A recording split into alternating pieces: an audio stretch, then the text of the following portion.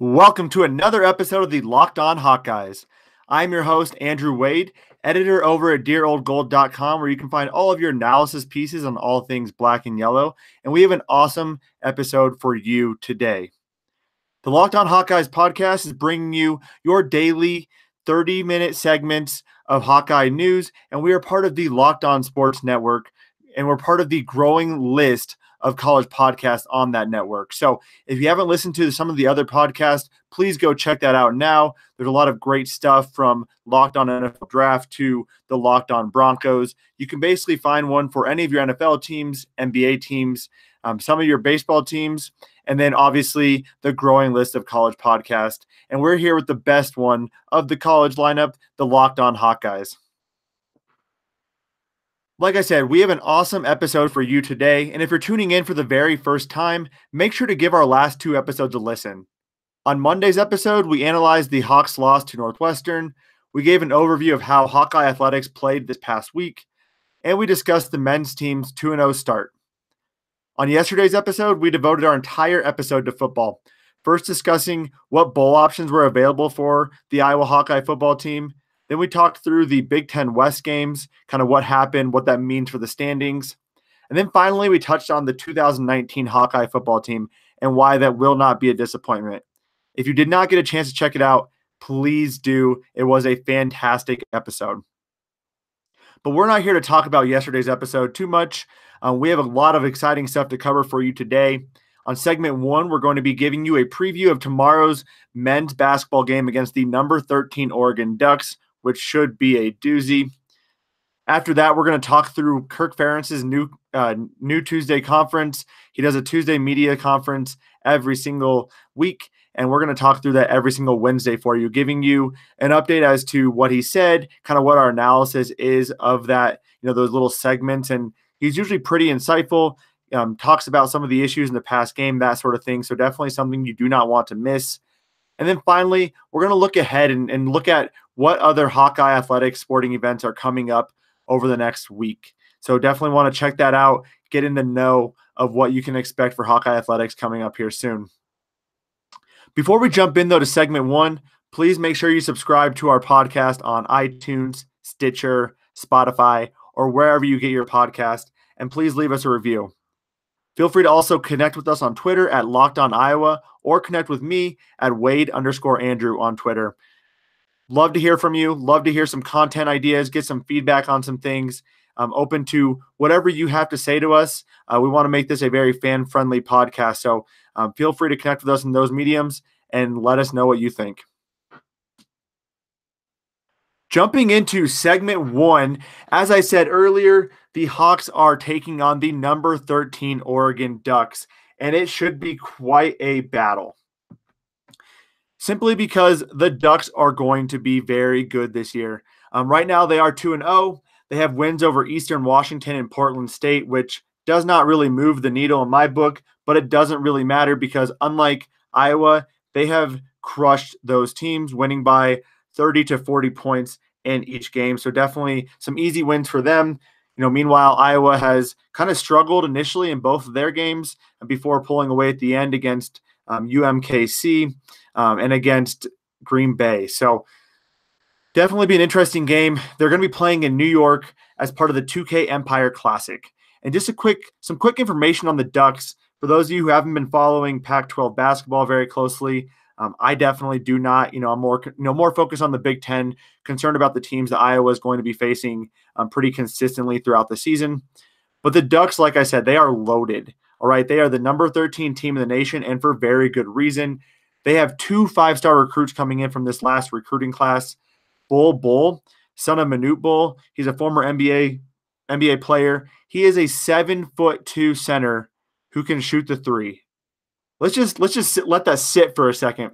A 7'2" center who can shoot the three. For some context, in case you all care, I am 5'9" and cannot shoot a three. So that's a big deal to me. When you're 7'2", you can post up, you can dribble, and you can shoot. That's a pretty impressive skill set. For good reason, he was a 5-star recruit. In addition to him and the other 5-star recruit, they have 3 other 4-star recruits coming in, which gave them the 3rd ranked recruiting class in the nation behind Duke and Kentucky. If you can tell what Duke and Kentucky are doing, they're pretty darn good.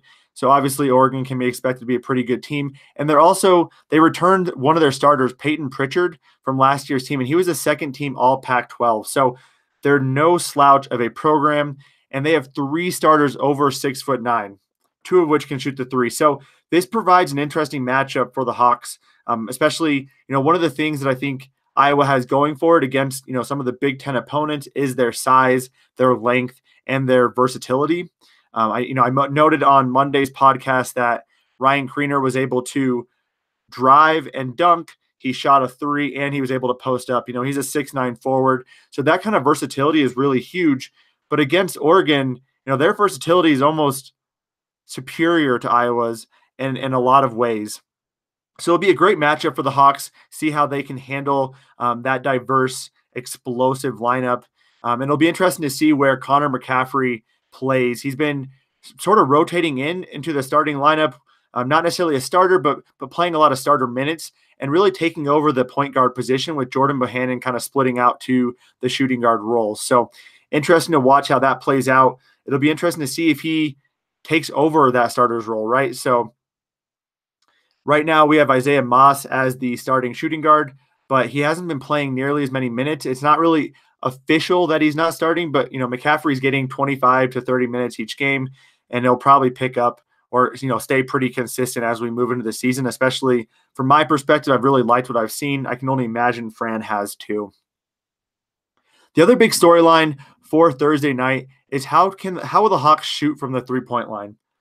In 2 games, they've shot under 30%, and it's really hindered them on the defensive side as well. When they're missing those big, long shots, they're not able to get back as easy. Other teams are, scoring on fast break points. And I know the Green Bay Phoenix had 2 or 3 straight fast break, points, 6 fast break points on 3 different possessions. So definitely an interesting thing we want to be checking out, again, against a much more superior offensive team in Oregon. How does the Hawks' revamped defense play in that situation? That was last year's really one of their biggest struggles. They were, one of the worst teams in the nation, right? Like they were 304th, I believe, out of 351 Division I programs in defense in terms of points allowed per game. So it'll be a good matchup to see how they handle Oregon's strong offensive play. In this game, I definitely want to see Luke Garza and Tyler Cook step up. Those 2 big men need to be playing very important minutes. As I said earlier, the starting lineup of Oregon features 3 people over 6'9", 2 of which can shoot the 3-pointer with pretty consistently and pretty well. So how do Luke Garza and Tyler Cook handle those players? How do they play on the defensive side? How do they handle getting the ball down low and allowing the guards to space out to the top of the perimeter? The result of this game determines who Iowa plays next in the 2K Empire Classic. It'll either be Syracuse or the University of Connecticut. So definitely once this game is over, we're going to be providing you some takes on that and hopefully some takes on what we can expect from the Hawks' upcoming game against either Syracuse or Connecticut. Tune in tomorrow night. It should be on ESPN2. I want to say it's at 7 p.m. Mountain Time, 8 p.m. Central Time. So follow that, watch that game. Follow us on Twitter at LockedOnIowa, and we'll be providing some updates, some commentary, some analysis. I like to consider myself a funny guy, very analytical, so definitely take a look at that. You can definitely follow us each time on Locked On Iowa at Twitter. And that's it for segment 1. Like I said, it'll be a good game, good test for Iowa. I do not foresee a win in our future, but if we can keep it close, I think that bodes well for the future of the program, at least in the short term this season. The Hawks have a lot of talent. It's just a matter of gelling and coming together. The first 2 games were a struggle. So on segment 2, like I said earlier, we're going to be talking about Kirk Ferentz's Tuesday media conference, what he said, what our takes are on each of those, those different pieces he brought up. Specifically, we're going to be talking about Noah Fant. What does the Iowa program have to play for the rest of the season, and what is the injury situation looking like for the Hawks? But before we discuss what was said in Kirk's press conference, and I promise you it was a doozy, I have a message for you, the listener, because if you're like me You hate to miss your favorite team play, regardless of who they're playing. That's where Sling TV comes in. Now I never have to miss a football or a basketball game. And the best part is, I no longer have to pay for a bunch of channels I don't even watch with a typical cable package. I love Sling TV. For example, tomorrow I'm going to be going on a little road trip to Arizona. But in the middle of that road trip, I'm actually going to be staying the night in the middle of nowhere, New Mexico. And because of Sling TV, I can quickly pull up the Hawkeyes basketball game and watch them take on whoever they may be playing tomorrow night or Thursday night or Friday night. Whenever it may be, I can watch that game however I want to with Sling TV. For just $30 a month with Sling TV, you get access to ESPN, the Big Ten Network, and more without the hassle of a long-term contract. What's even more exciting is that we have a fantastic offer for you, the listener. Locked On listeners can get a free 7-day trial by going to sling.com/lockedon. That's SLING.com/lockedon. Never miss a game again with Sling TV. All right. We're going to jump into segment 2 where we're going to be talking about Kirk's press conference that he had yesterday afternoon. But before that, remember on segment 3, we're going to be covering Hawkeye athletics and what games are coming up over the next coming days. There's definitely a lot of fun, exciting events coming up with the swim team, the men's wrestling team, the women's basketball team. So please make sure to stay on and check that out after we get done talking about Kirk's press conference. With Kirk's press conference, there's a lot of things he covered. And like I said, it was a doozy. He likes to jump into what topics were, popping up over the weekend. He does talk to media after the game, but a lot of emotions are kind of running high. It's not really an ideal time to get the best takes. More so than a lot of the Big Ten coaches, Kirk really lets the media in prior to even giving them an opportunity to ask questions. So he's very forthcoming, lets people know kind of what the general issues are going to be with the upcoming game and so on and so forth. So definitely gives us some insight as to what we can expect from the Hawkeye football team, kind of from the Northwestern game and ongoing to the Illinois game.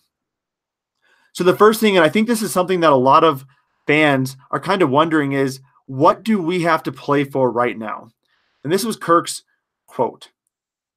First thing is, how do we move forward as a football team right now? What's there left to play for? And I've always felt like anything in sports, I mentioned the other night, we prepare pretty much year-round. You only get 12 opportunities guaranteed, so every game is special. I think the big thing to take away from that is, we may look at it as you do not have an opportunity to play in the college football playoffs. You don't have an opportunity to go to a New Year's Bowl. You don't have the opportunity to go to, the alluring Rose Bowl. And you don't have the opportunity to go to some of the higher-end Big Ten bowls. But this is still a competition. These players are still fighting. They're fighting to maybe go to the NFL. They're fighting to make a name for themselves. They want to win these games. So regardless of whether they don't have, in our mind, something big to play for, these are games that still matter to them, which I love to hear. I love to hear that sentiment from Kirk and obviously the Iowa football team. I do want to see them close out the season strong. They have 2 tough matchups coming up against Illinois and Nebraska.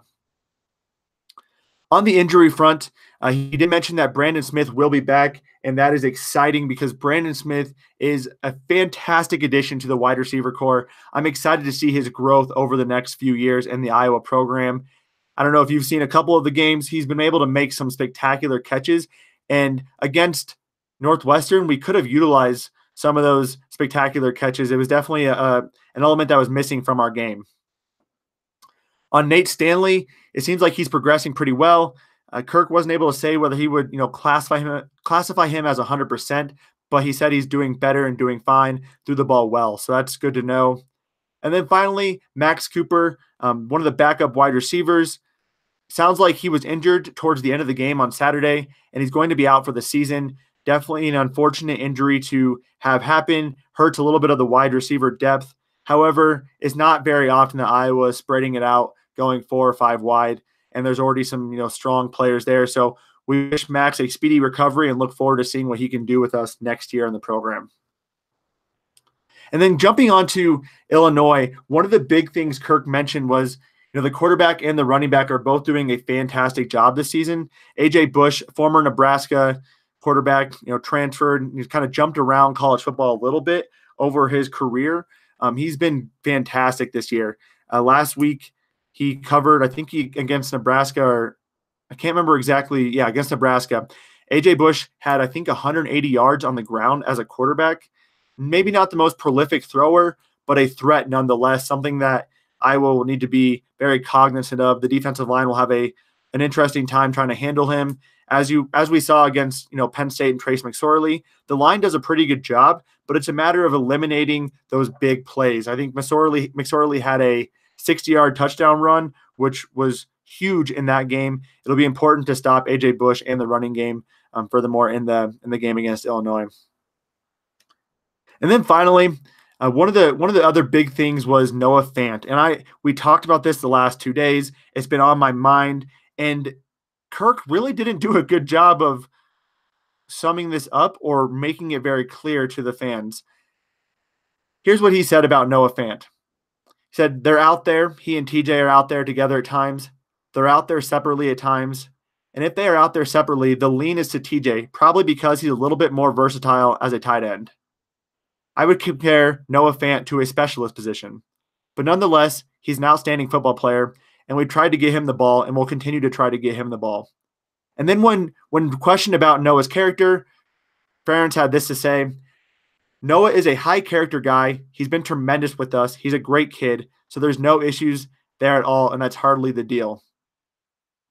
He went on to say, beyond that, he's a good football player. We're going to be better if we can find ways to get him the ball. We tried to get him the ball on that 2-point play at Purdue, the last one we had. Unfortunately, he was assaulted on that play and didn't get the opportunity.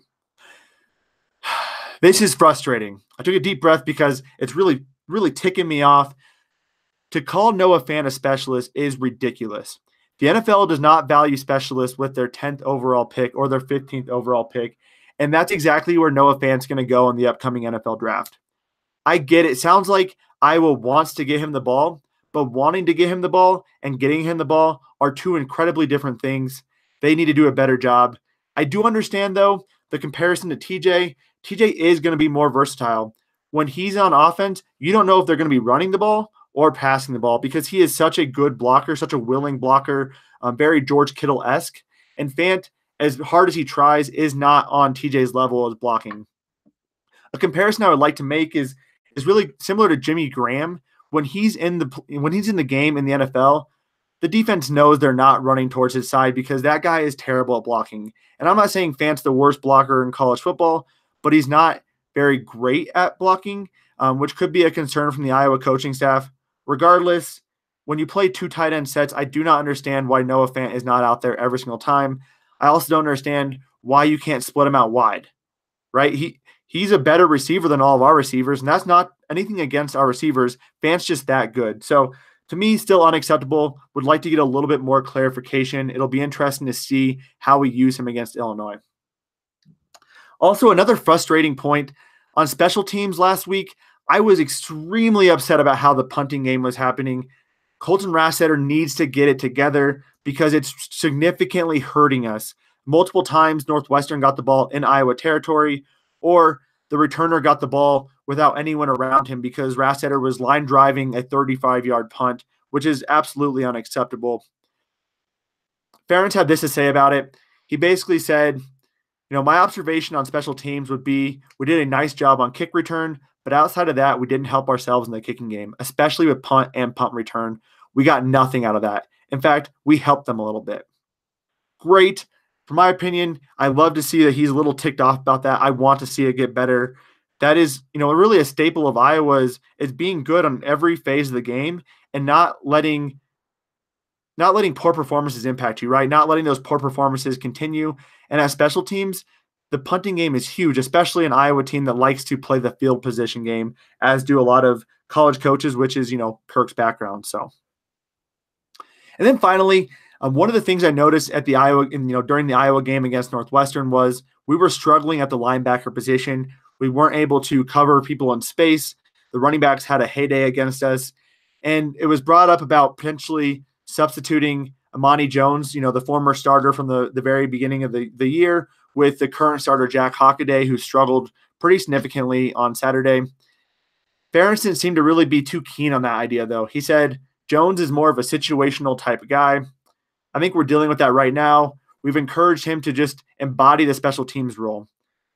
I get Amani Jones has his issues. He's a little bit overzealous. He gets a little excited. But at this point, what could be lost by that? He's athletic. He can cover those guys in space. And honestly, Jack Hockaday's smarts maybe aren't getting it done right now. So maybe we can get Jones in there and play a little bit more aggressive. I'd like to see a little bit more aggressive play than allowing Isaiah Bowser to run for 164 yards on us. So that's really it, though, from Kirk Ferentz's press conference. We'll be covering a little bit more of this in an article coming out on Dear Old Gold, so please make sure to go check out dearoldgold.com. We have a lot of pieces coming out daily on, Kirk Ferentz's press conference, how we feel about the Noah Fant situation, and the matchups for Illinois. We're also going to be covering some of that stuff on tomorrow's episode as well, so please stay tuned for our Thursday episode. On segment 3, as we talked about earlier, we're going to be previewing the upcoming games in Hawkeye Nation. A lot of stuff happening. I want to make sure you all are in the know.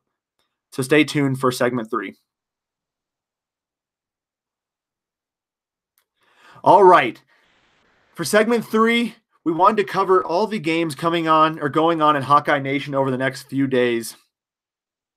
The big thing is the women's basketball team beat Western Kentucky, the Lady Toppers, last night.